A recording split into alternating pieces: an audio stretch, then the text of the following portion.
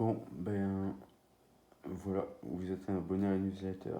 Cette fois-ci, il s'est passé quelques heures avant que je fasse la seconde vidéo. Et donc, dans la première, je vais vous parler des trois erreurs qui nous empêchent de rester motivés, qui sont d'essayer de tout faire en une journée,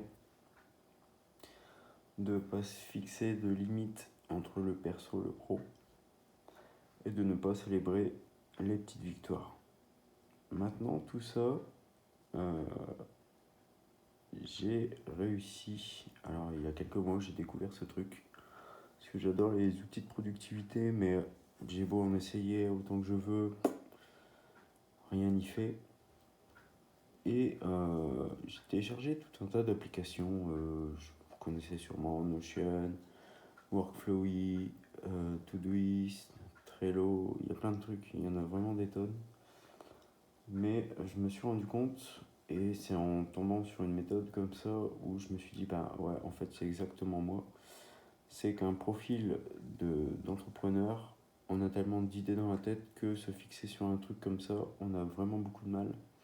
Une application, on l'utilise à fond pendant 15 jours et après on laisse passer, on essaye autre chose et ainsi de suite. Donc ça peut être vraiment très chiant. Donc un truc que je fais aujourd'hui et depuis maintenant 2-3 mois et qui vraiment a changé ma façon de bosser, c'est un tableau. Un tableau tout simple. Alors au début c'était une planche que je suis en train de transformer. C'est une planche qui est derrière mon ordinateur sur un mur. C'est pas une application, c'est un truc physique, c'est une planche avec des colonnes, de choses, d'idées, de choses à faire sur la semaine, de choses à faire sur la journée et de choses faites. L'avantage avec ça, c'est que ça règle toutes les erreurs qu'on a vues dans la première vidéo. Tout faire en une journée, et ben ok, j'ai des trucs à faire sur la semaine, je me mets une tâche dans ma journée, je la fais. Une fois que cette tâche-là, elle est faite, je la mets dans ma colonne Done. Je prends une autre tâche pour la semaine, je la mets dans ma journée. Et ainsi de suite, j'avance au fur et à mesure. Je ne vais pas tout faire dans la journée, je ne vais pas faire la colonne de la semaine dans ma journée, mais au moins j'avance. Et plus j'avance, plus je vois ce que je fais sur ma journée. Et plus là, au bout d'un moment, de 2-3 tâches que je veux faire, par exemple tourner 2 vidéos, les poster, ça me prend à peu près 1 heure. Une fois que j'ai fait ça, je peux me dire, ok, je prends le chien, on va se balader. Ça, c'est la célébration de la petite victoire. Et maintenant, pour ce qui est de l'équilibre entre le pro et le perso, ben sur ce tableau, j'ai un peu tout ça.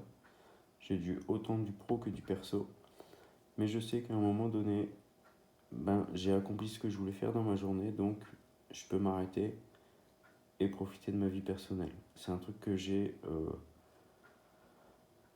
en 20 ans d'expérience, c'est un truc qu'on finit par faire automatiquement parce qu'au bout d'un moment, on lâche un peu prise et on se dit, ben, je suis en train de bosser comme un taré, je suis en train de faire plein de trucs, mais à côté, j'ai plus de vie.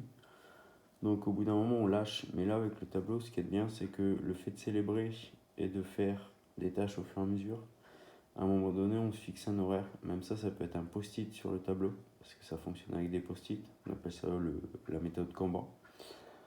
Ça fonctionne avec des post-it et on peut se faire un post-it, ben, à telle heure t'arrêtes. Et enfin, sur moi, c'est un effet de dingue.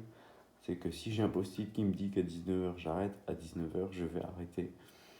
Et je respecte ça, mais comme si j'avais trouvé le messie. Donc c'est plutôt radical comme méthode. Alors je sais que ça ne marche pas forcément avec tout le monde, mais 90% des entrepreneurs sont un petit peu comme moi, à avoir la tête en l'air, la tête partout, à vouloir faire plein de choses. Et ce genre de méthode, c'est vraiment très efficace. Donc n'hésitez pas, un tableau sur un mur avec des post-it, un marqueur, et c'est largement suffisant pour bosser. J'adore le minimalisme et aujourd'hui, je me suis amusé. Quand j'ai commencé les vidéos YouTube, je m'étais dit je vais ressortir le trépied, je vais ressortir le Canon pour faire du streaming sur mon PC, pour aller beaucoup plus vite à l'enregistrement. Et finalement, c'est beaucoup de matériel que je peux pas transporter partout, tout le temps, c'est un peu chiant. Que là, j'ai juste mon iPhone et juste en dessous, un petit post-it avec des trucs écrits dessus sur ce que je dois vous dire. Et c'est très facile. L'avantage, c'est que c'est juste les 3 erreurs que j'avais notées et que je colle sur le bord de la table et je peux vous en parler sans problème. Donc j'ai toujours à portée de main comme ça mon petit carnet de post-it avec là pour le coup un crayon, mais d'habitude sur le tableau c'est un marqueur, là c'est un crayon juste pour bosser parce que je suis pas chez moi, mais c'est super efficace. Donc n'hésitez pas à utiliser ce genre de truc. Faites un tableau, renseignez-vous sur la méthode Kanban. Et si vous voulez aller vraiment plus loin, j'ai fait toute une méthode qui vous explique comment faire votre premier euro quand on lance une boîte. Parce que toutes les entreprises sont passées par là, forcément, même celles qui font des milliards aujourd'hui.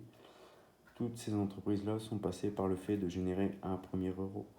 Donc, la méthode que j'ai rédigée, c'est vous aider à faire votre premier euro en 30 jours pour vous donner ce truc de bah ok, j'ai réussi à faire 1 euro, maintenant je peux aller beaucoup plus loin. Et l'objectif pour ça, c'est d'aller jusqu'au. Alors, ça paraît peut-être grossier pour des gens qui sont encore en salariat, qui connaissent pas trop le monde de l'entreprise. Mais en entreprise, on n'a pas vraiment de limite. Donc, si on peut faire 1 euro en 30 jours, pourquoi pas viser les 100 000 euros sur l'année, quoi. Donc, c'est juste un effet multiplicateur, des leviers à mettre en place. Mais c'est largement réalisable. Et de toute façon, celui qui ne réalise pas ce genre de chiffres en entreprise, il galère forcément. Parce que je vais vous prendre un truc que je répète assez régulièrement. Si vous prenez votre salaire, il faut savoir que votre patron paye à peu près la même chose en charge. Donc je vais prendre le fait que vous gagnez par exemple 1500 balles. À votre patron, ça va coûter 3000 et quelques. Si vous lui rapportez pas au minimum 3000 euros par mois, ça sert à rien pour lui de vous garder. J'ai suivi la logique. Si ça sert à rien pour lui de vous garder à 3000 balles, c'est qu'il a mieux à faire. C'est qu'il a plus à gagner ailleurs. Donc maintenant, mettez-vous en tête que si vous gagnez 1500 balles, ça veut dire que derrière, vous générez au minimum 3000. Et bien souvent, on ne va pas vous embaucher pour générer juste de quoi couvrir les frais. Ça sert à rien du tout. On vous embauche pour faire monter une boîte. Donc, au minimum, vous ne devez pas rapporter 3000, mais 5-6 000 par mois. Parce que si vous ne rapportez pas ce chiffre, vous n'êtes pas intéressant pour une entreprise. Maintenant, si vous vous posez vous-même, si c'est votre entreprise à vous, faites le calcul.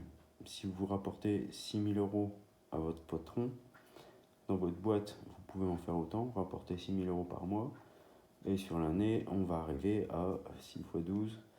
Faites le calcul. Je suis un petit peu fatigué.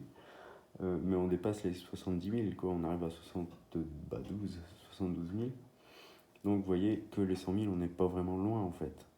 Et là, après, c'est juste se mettre dans la tête de l'entrepreneur et de se dire, ok, si je suis capable de faire ce chiffre d'affaires-là, on y va, on fonce.